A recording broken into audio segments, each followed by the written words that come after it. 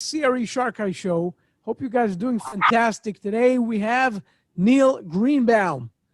A treat because we're going to talk about law and commercial real estate and real estate, about a lot of stuff. But first of all, Neil, thank you so much for being on the show. My pleasure. Thanks for having me. Our pleasure is all ours, as we call it. We're going to learn a lot today. So, you know what? Before we start diving deep into the story of, who's Neil Greenbaum, how you started up in real estate, how you got excited about this, whole beautiful business that we love so much. What do you do? Let's start with the elevator pitch, as we call. What do you do today? What do I do today? My practice is twofold. I'm a transactional attorney. I handle a lot of commercial real estate and a lot of corporate transactions. So today we're closing on something. I got my lien search in. I ordered the phase one. I have doing a warehouse closing. I have a closing tomorrow. I just helped somebody buy a business in North Carolina yesterday. I don't go to court. The way I'm dressed, this is the way I dress every day. So you're well dressed. Had I known you were so well dressed, I might have thought of that differently. But okay. I'll tell you, sometimes it's more casual, sometimes with the I'm trying to make it colorful, every time a different type of a look. But yeah, in general, right. That's the way it is. But I love it. I love your take on it. And it's funny, everybody's virtual now because of COVID, but I've been virtual for like 7 years. I have a very big traveling schedule. I travel between 2 states. And everything I have is in the cloud. Everything's my laptop. Everything's wire, e-signatures, credit cards. So, I'm old school when it comes to reviewing documents. I'll print out a document, I'll review it, then it gets shredded and trashed. So I have no docs. But I handle things all over wherever they are, and every day something different. But it's all has to do with the writing and buying and selling and drafting and that kind of stuff. Amazing. We have a lot to talk about. You know what? Let's start diving back. What got you to get into real estate, law and real estate? How did it all start for you? Oh, easy. I didn't want to go to medical school, so I had no choice. In my family, you got to do something. So, no, I have 2 older cousins who are doctors. I have another couple of cousins who are doctors. I was the first person in my family first grandchild in my family not to go to medical school, actually. So I went to law school, but I was always like a history and English person, much more than a science and math person. So that made a lot more sense for me. Sounds cool. When I was in law school, I'm not a fighter. I mean, a lot of my good friends and family might say that's not true, but I don't like fighting professionally, put it that way. So like, I'd rather just do deals. So I'm not a litigator. I just feel like I'd rather help people buy things, sell things, put things together, make ventures, etc. And it just works out a lot better for me that way. Sounds the best, but what did you have another thought, like real estate, maybe another thing, or real estate was like a passion that you wanted to go after? So, I mean, I have some real estate in the family. My grandfather was in real estate. He was a dry cleaner who figured out like he shouldn't just live in an apartment. He should actually own the building. And that's what he did. And so he was in real estate, and it's kind of in the blood. I have a history of real estate myself. I did a lot of condo conversions personally in Florida in the good old days before 2007, 8, 9, when everything crashed. So I always gravitated towards transactional things, be it real estate or corporate. Real estate is listen, in the circles in which we travel, let's put it that way. A lot of people in real estate, that's what people do. So I gravitated towards that. Tell me something. Well, today that's what you do. You do commercial real estate. How do you help people? And we spoke a little bit about, right before we started, you spoke about the process. How, and we all are very familiar about the process, especially in commercial real estate. You have to really be familiar with the process.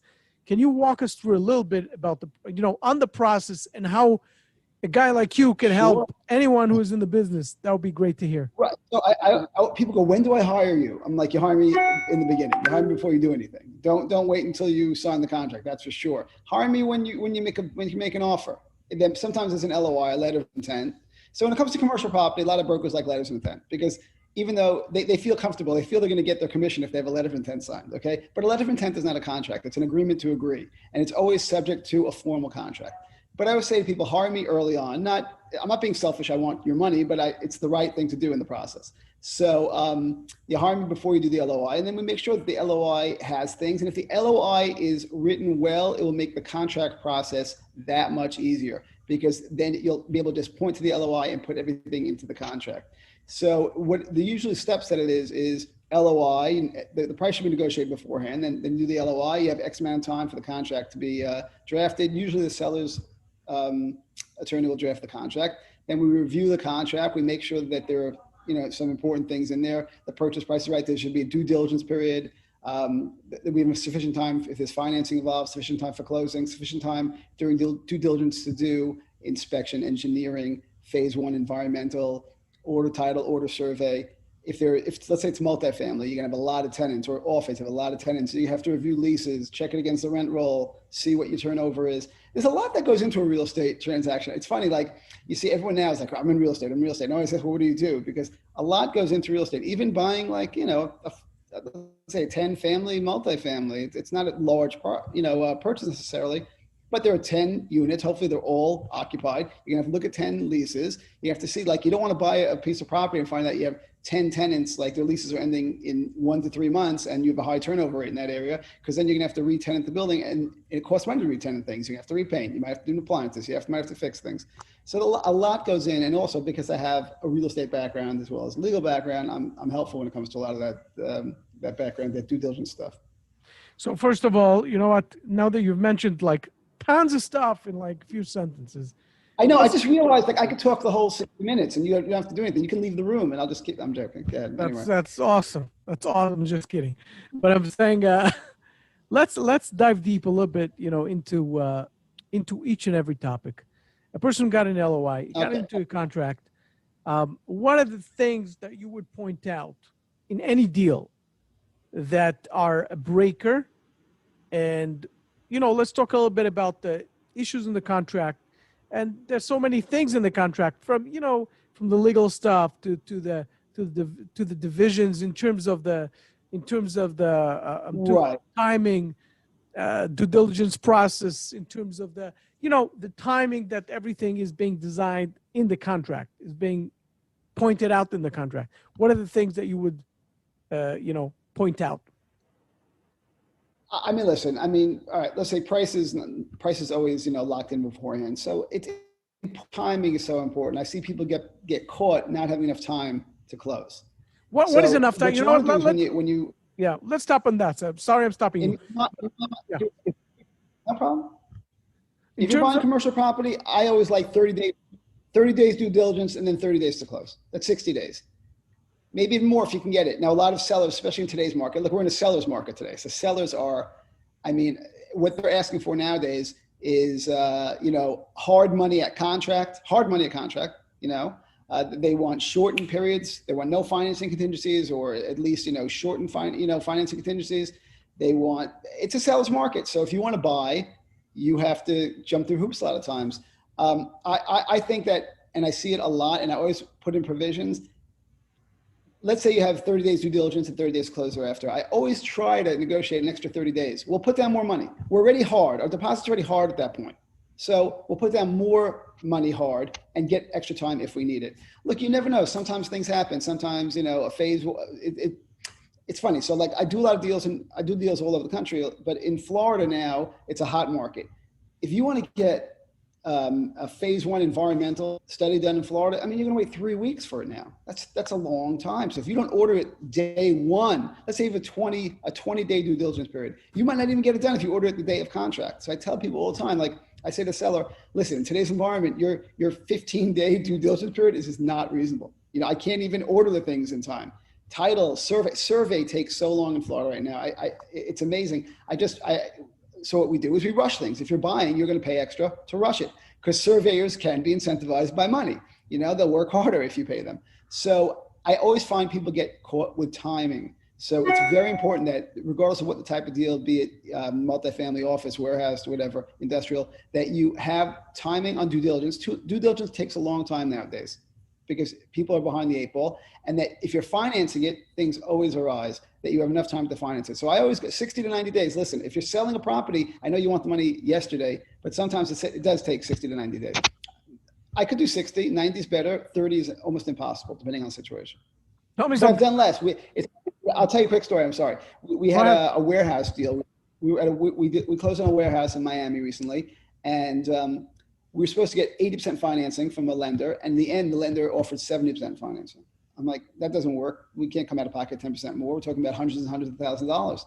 So we got a bridge lender to give us a short-term 1-year loan. We closed the loan in 7 days. I mean, we had a lot of the stuff ready, survey, title, et cetera, but we negotiated the documents and got it done. So sometimes you can do it, but that was a special situation. We already had a lot of due diligence behind us, but at the last minute, the bank decided not to give 80% financing, even though that's what the original letter from the bank said. They changed their mind. So these contingencies happen all the time. So you always have to make sure that you have sufficient time. And in that contract, I had negotiated for extra time. We put extra money down and we got an extra 30 days.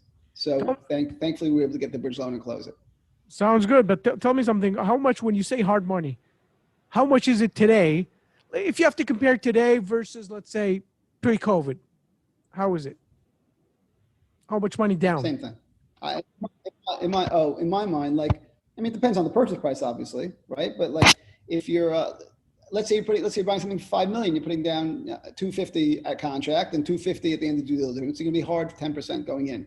So if you need extra time, I would offer. Obviously it's the client's money. I don't just offer money without checking, but I would offer I'd offer an extra 50 to 100,000 or more to get the extra time if you need it. You're already $500,000 hard. To put an extra $50,000 or $100,000, you need to close the deal. It's worth it, or you're at the 5 anyway. What is a breaker when it comes to the due diligence where you come and tell your clients? Obviously, we know so many stories, but I want to hear from you a little bit from your experience, as we call it, that you told your client we're out. I don't usually break. I will never tell my client we're out, because as I say to the clients, I don't make those decisions. I'll tell you what the story is, but I'm not taking equity in this property. If I'm not taking equity in this property, I'm not making decisions for you. They'll ask me for advice and I'll help them, but it's not my deal. And it's funny, I post on LinkedIn a lot, and I posted this the other day about, I had a client who hired me to do a multifamily acquisition. And I asked him, we started, I go, did you read the contract? He goes, no, I hired you to read the contract. I'm like, no, listen, I'm going to read the contract. You got to know your business. This is your business, your deal. You have to know exactly what you're getting into, especially if you have investors, because an investor is going to call you up and going to ask you a question. You're not going to know your deal. You'll never have investors again.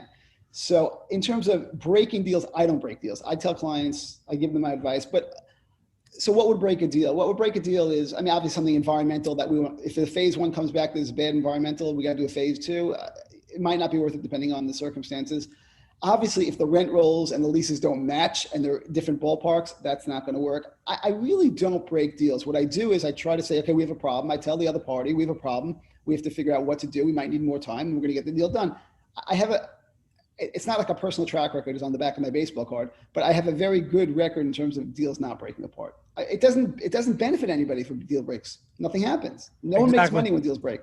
You know what? I love what you're saying now, because from my end, when we make a deal, you want an attorney that will be a deal maker and not a deal breaker, meaning you have millions of ways to figure things out and to sort things out. And you want someone to be creative. You have in your team, you want creative people, especially your attorney, obviously on your side. Tell me something. When is the point where you tell, this is something that I love to do. I always love to analyze that. I always tell people that, deal in commercial real estate, as well as people on my team, etc. Always tell, if there's just something, when you got stuck, if there's something that cannot be released, as we call it, a court cannot be released, get on the phone together with the attorneys, together with the people involved, and try to get it sorted out, because sometimes that ping pong is. What is your experience with those cases? Okay, so I know I refer to LinkedIn already, but I happen to post on LinkedIn a lot, and I always post about things that we're going to bring up because I've posted thousands of times. Okay, so I had this. When I get a contract, a lot of times a lawyer will send out a contract and the other lawyer will redline it in Word and send it back with 1,000 corrections. It looks like a bad test score because there's so much red on it, right? I do not wait for them to send me back another red line. You can go back and forth for a month redlining. Maybe I'm impatient. I am, we see how fast I talk, etc. Okay. So what I do is I call the lawyer immediately and we hash it out in under an hour. There's no reason. I don't believe in wasting time. If there's one or two deal points that we can't work out, I'll call the other attorney. You have to get on the phone. There's no reason to go back and forth with red lines. A lot of people like that. Oh, here's my V7, the seventh version of the contract. If you're on the seventh version of the contract, to me, it just doesn't make any sense. Send me a contract. I'll do a red line. I'll call you. We'll go over it on the phone, all the issues there, and then and we'll work it out. And it doesn't take. I've heard horror stories of people like negotiating contracts for weeks or months. It shouldn't take weeks or months if you pick up the phone. If you pick up the phone, days is all it should take. So I always pick up the phone, and I have no problem speaking to the other parties and hashing out what we need to hash out. If we let things go and waste time, it doesn't benefit anybody. For sure, 100%. Tell me something. When it comes to financing, your experience, what is the requirement? Where do you come into play when it comes to the financing? And what is the bank demanding in terms of the legals that you could usually come in and help out? Okay, I mean, look, they're going to want all the basics we're going to order anyway. Let's say title survey, phase 1 environmental engineering report. Okay, then they're going to want from an attorney, they're going to want an opinion letter about, because we're going to form a special purpose entity, that only owns the property and has no other assets, so there can't be any other liabilities. They're going to want an opinion letter from me about that entity. They're going to want, assignment assumption of leases, assignment assumption of rents, security deposit. I mean, there's a million legal documents depending on the type of asset that you're dealing with. That banks are very careful. I understand they're lending money. Lending money is a dangerous game, but they usually paper these deals sufficiently, and they have enough lawyers. It's amazing, depending on the size of the lender. We did on that deal that we did in a week, that bridge loan, it was 7 days from start to finish. The lender had a large law firm with 4 separate lawyers in 3 separate locations working on the deal. I mean, their legal fee was ridiculous, and my client had to pay it, but I did negotiate it down. But anyway, it's they take care of themselves. The bank, they know exactly what they want. They have their lists, and their lists are long. The first thing you'll ask for, when I ask for when I'm dealing with a lender's account, so give me a closing checklist. I need a checklist of everything that I need to handle to make this deal close. And I want it day one, because if I have it day one, I know exactly what I'm getting into. So usually there are no surprises with the banks once you get that checklist, but they do have a laundry list of items that they're going to want from me. And they are well protected. 100%. Tell me something. When you check the rent roll versus the lease, that's an interesting topic. What are the things that you're going to sort of dive deep into, and you're going to tell your client, listen, this is something that we'll have to look into, and this is not, etc. So, I mean, look, it all depends what I'm hired for. Like I tell people, I'll do whatever you want. I'll do a la carte. A lot of people do like me to get involved in the due diligence process. So when you deal with if you're buying industrial property with one tenant, it's not hard. It's one lease. Okay. If you're buying off or multifamily, that's where you're going to have the most tenants, office and multifamily. So, I mean, look, if you're buying, a 100-unit multifamily, you're going to have 100 leases. So you're going to get a rent roll report. You're going to see what, you don't have to go to the lease, but I always say you should at least have somebody match up the leases to the rent roll report, because I can make a rent roll report up. I can make it up, and then you're going to rely on it. I mean, yes, I'm going to make a representation warranty that this is what it is, but it's always worth checking. I mean, there are companies out there that will abstract it and do it for you as well. And office leases, it's the same thing. If you're going to have 30 different tenants, you don't want to find, especially with office leases, because you don't want to find out that the tenants, you have like 40% of your leases coming due next year and none of them are renewing, because that's not how you make money in office. Okay. In multifamily, it's different. You can finding tenants a lot easier. You're probably your average occupancy rate for multifamily are over 90% anyway. But still, you want to make sure that it's as close to 100 as possible, and that you know exactly when things are coming offline. So sometimes it takes a week or 2 or 3 to get a new unit ready for a renter. So you want to know exactly what your process is. Look, I have experience in real estate, not only as a lawyer, so I know how it works. I bought multifamily before. So it's important. You can't just buy, the rent roll looks good, let's buy it. No, the rent roll looks good, but then in 6 months from now, you have a totally different rent roll. So you have to just know what the future is bringing, and you can see it in the documents. There's nothing issue with that. When it comes to concessions, for example, right? Sometimes you have leases that could be problematic. What would be a lease that would be a problematic lease, regardless of the matching, with the rent roll? Something in the lease that you would say, oops, this is not good. Yeah, prepaid rents on a multifamily. If a tenant prepaid 6 months rent, That's a problem, because even if you look, you're going to prorate it with the seller. If the seller collected 6 months in advance, you're going to prorate it, but still it's going to affect your cash flow. Because remember, in real estate, cash flow, especially multifamily, that's a cash flow business. So you want to make sure that your rents are coming in every month. So prepaid rents are a problem. In terms of concessions on multifamily, it's not as bad as an office. An office concessions can be very bad, depending on what was negotiated. And I mean, Can you give an example? You want to make sure, like if you have an office building that there's common area maintenance charges, that they're paying their percentage of what they have to for that, including, insurance taxes, etc. Sometimes, you have not every operator is good as every other operator. A lot of way to make money in real estate is by being a better operator than the person you're buying from. If they weren't a good operator, then you just by buying the property and operating better, you can make money. There can be more value in the property. So, for example, a lot of landlords, and they're smart people and they're wealthy people that they have terrible leases. They wrote them themselves. They do things like that. So they'll give concessions. They won't write about CAM. There's no CAM in this lease. Well, if no CAM in this lease, this person's not paying CAM. And if this person has 8% of your building, you have a problem. There's a shortfall. And now what are we doing? Oh, guess what? The landlord's going to have to cover it. Well, we have to know that there's X amount of time left on that lease. When that lease is ready for renewal, either they're getting a brand new lease, obviously, or we're going to find a new tenant. So you have to make sure that, the operator, even if it's a good building, right location, right this, et cetera, and everything else lines up, a lot of times it's not run well, or they have bad documents, they have bad leases. So that's why I think it's important, especially when it comes to, let's say, office or industrial. We have, multifamily, the leases are usually 1 year or less, and they turn over at, the attrition rate is pretty high. So you want to make sure when it comes to, let's say, office or industrial, that you read those leases and know exactly what you're getting into. Because I tell people all the time, if you have a better lease, you make more money. So if there's room to make money on just the lease itself, because the seller wasn't doing something right, I mean, that's how you make money. Everyone has their own way of doing real estate, and I just feel that the best way to make money in real estate is by adding value. A lot of times you can add value with the same tenants. Maybe the lease isn't good, or it's coming up for renewal. Well, guess what? I'm going to throw in camera. I'm going to raise this, or this isn't, or they weren't paying for this, or it happens all the time. And that's why to me, due diligence is usually the most important part of the process. It's not like, oh, I like the building, I like the location. Well, that's great. That's like, meeting somebody who's very attractive, but they're a horrible person.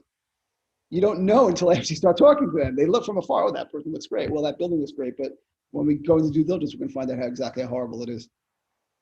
Tell me something. Between all these asset classes that you deal with, because you deal with different asset classes, what is the thing that you could point out as, wow, this has a different process than this one because of something? Like, for example, I would say phase one, environmental, I would call it, in industrial.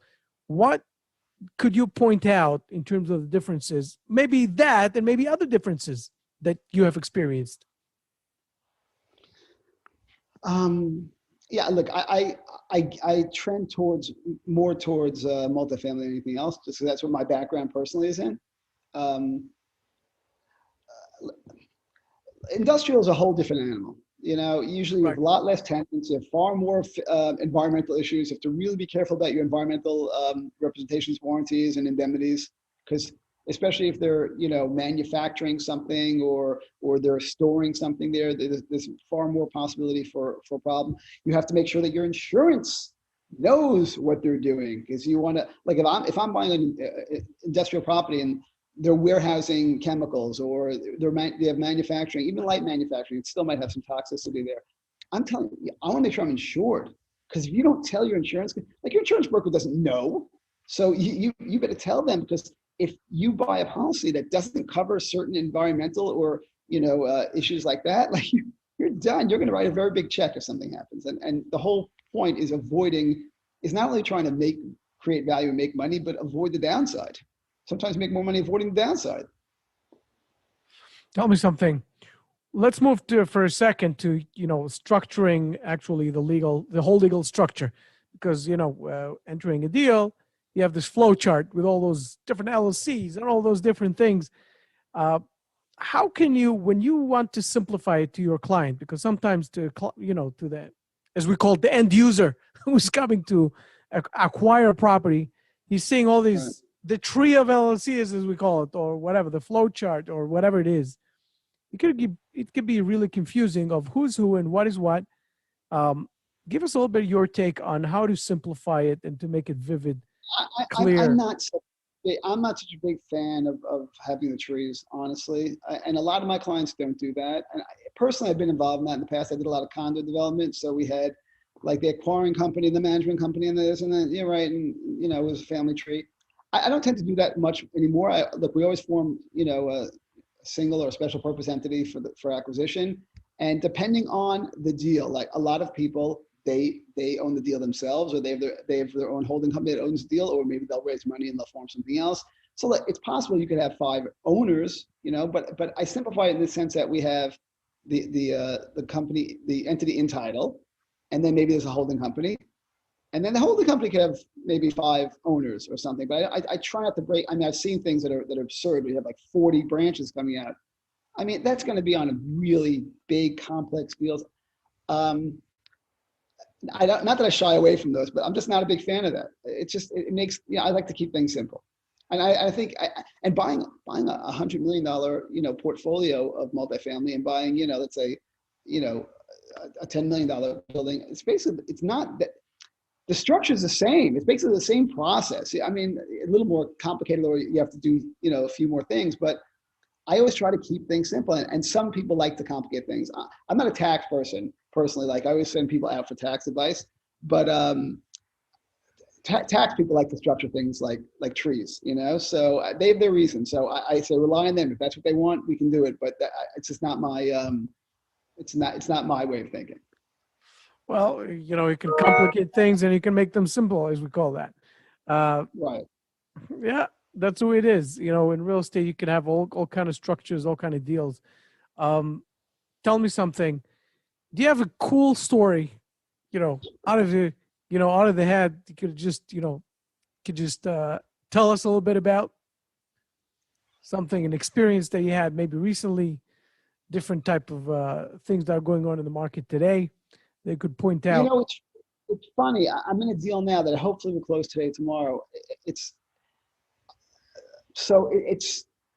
There's no contract. There was a lease, and there was an option to purchase under the lease. There was a rider with an option to purchase. It was written very poorly, and I was not involved at the time. I was brought in only a month ago when the option was going to be exercised. So under this, the lease is ending the end of this month, and we had until the end of the month to exercise the option, and we had 30 days to close. The seller did not want to close, did not want the option to be exercised. Why? Because the option price from a year ago is now 30% below market. And the seller would rather keep the property and put it on the market and make 30% more. And I completely understand that. The problem is you gave an option under a lease. Okay. Right. So when I called, there was 2 option payments to be made. There was an initial option payment, and there was an option payment upon the issuance of the CO, because there was work done to the property. The CO has not been issued. So I called the attorney who drafted the lease, and I said, well, what do we do about the second payment? Because there's no CO issued, and I think the CO is a condition precedent to the payment, which means that we don't have to pay the payment if there's no CO. So the seller didn't want us to exercise the option. So what the seller's attorney did is, well, your client emailed me last week about buying the property, so we deem that as exercising the option. I'm like, we didn't exercise the option. We still have a few weeks to do it.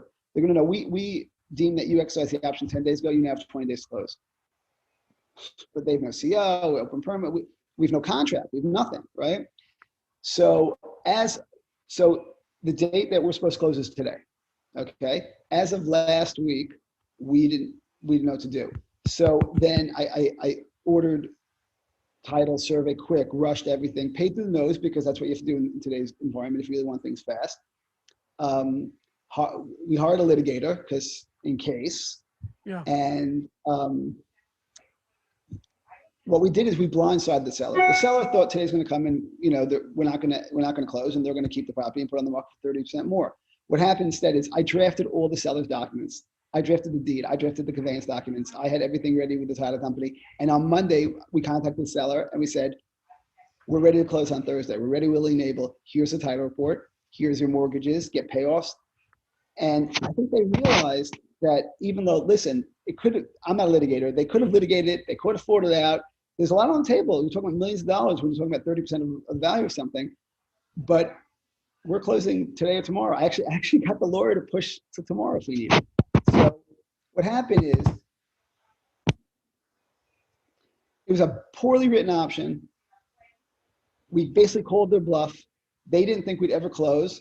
We did far more than we had to do. I did the seller's job because I didn't want him to drag his feet drafting documents. I'm like, here's everything. Here's the title. Here's your documents. Review them. Here's we're ready to close in 3 days, and we're closing. And that's, I mean, look, it's a rabbit out of a hat. It's a mace, right? A miracle, but it's going to happen. It's done. That's it. The seller's deed is signed. The title company has it. We're closing in escrow. I have until tomorrow, 5 o'clock. I think we can do it today. Get it over with.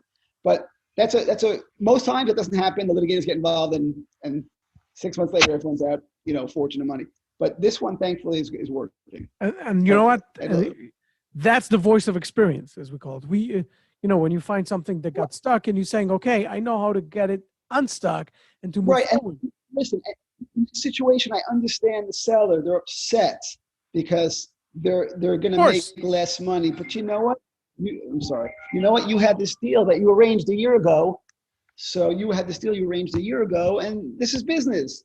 Sometimes you grant an option and you lose out, or sometimes the market turns against you, and the option is good, and either they exercise it or they don't exercise it. This is a business. We can't tell the future. If I could tell the future, I'd be doing a lot of other things.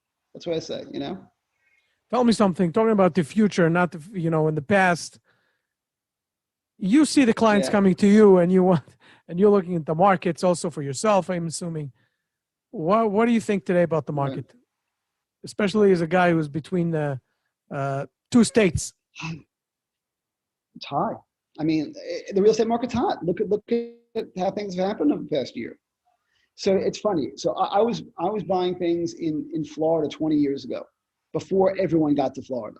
It's not true. Florida's been around for hundreds of years, right? But 20 years ago, it was different. You didn't see 10 guys on a plane. You didn't see 10 guys. I'm going to be pejorative. You didn't see 10 guys from Brooklyn on a plane together going down to Florida to buy property. That's what you see all the time now. Nobody did that 20 years ago. So 20 years ago, and then all of a sudden, 2004, 5, 6, 7, every week, new guys from New York come down to buy Florida. Something's wrong. The market was going crazy. And look what happened. I mean, I'm not saying that's what caused the market to go down, but look what happened. I mean, we had this terrible economic crisis. Real estate got rocked. I think with most people, depending on when you got into real estate, they haven't seen down markets. Let's not talk about COVID. COVID is an aberration. Okay, it's a once in a century aberration. They haven't seen down markets. 2008 was a down market. Early 1990s was a down market. Mid 1970s was a down market. So there have been down. I professionally, I've seen 2 down markets. Real down markets. So a lot of people, I'm in real estate. I'm buying a property, and if I buy the property, it'll be worth more in X amount of years. Well, maybe it will, maybe it won't. A lot of things happen, and also when you want to get out, it might not be worth more. It might be in the middle of depression. Who knows what's going to happen? So I think the market now is very hot. I don't tell people not to buy the top of the market because I know if it's the top of the market, right? Because if I say, it's too high, I'm not buying, then what, next year it's 30% more. Well, guess what? We screwed up. There's a famous, actually, I saw it for the first time 25 years ago on the back of a broker's card. It was a broker from Arizona, from Phoenix. I remember it was a picture of a decrepit old man, with a cane and tattered clothing. And it said, "The young man who waited for the price of real estate to come down." Okay. So the point is, I don't know what high means. Are the prices higher now than they were a year ago? Yeah. Right. But does that mean that they're going to That's when the crystal ball comes into play. We don't know. Exactly. Right. So what you do is, I tell people you do it on a deal by deal basis. You find a property that it makes sense. The numbers work. You have value you can add, that you can increase. You're not holding it. You're not looking at, I'm going to get out of this in 12 to 24 months. So then you're not doing a short-term play. I don't think real estate is a short-term play. Not that, you can flip things, but it's not a short-term play. So then I think it's worth buying. I had a great aunt. My grandparents were in real estate. My grandmother's sisters were in real estate. I had a great aunt. My great aunt Shirley, who probably passed away 25 years ago. She used to say as a kid, "I can make you a millionaire in real estate, but you have to wait till you're 70.